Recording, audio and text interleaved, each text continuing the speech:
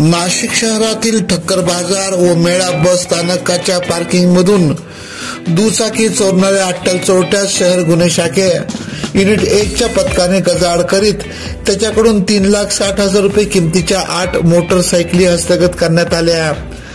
जाकीर अख्तर शेख वय 40 राहणार खडकाळी भद्रकाली नाशिक असे अटक करण्यात आलेल्या दुचाकी चोरट्याचे नाव आहे। शहर मुख्यालयाच्या कवायत मैदानासमोर गोपनीय माहितीवरून जाकीर शेख यास अटक केली।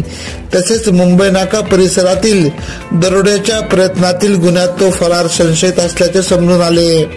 सदरची कामगिरी गुन्हे शाखा युनिट क्रमांक 1 चे वरिष्ठ पोलीस निरीक्षक डॉक्टर अंचल मुदगल, पोलीस उपनिरीक्षक सुदाम सांगळे, पोलीस हवालदार परवीन वाघमारे, विशाल काठे, नाजिम खान पठाण, प्रदीप मसदे, संदीप भांड, विशाल देवरे, प्रशांत मरकड, मिलिंद सिंह परदेशी, रोहिदास लिलके, धनंजय शिंदे, उत्तम पवार, रवींद्र आढाव, अमोल कोष्टी, मुक्तार शेख, जगेश्वर बोरसे, समाधान पवार आदींनी केली। AKP न्यूज साठी ब्युरो चीफ अनवर खान पठाण, नाशिक।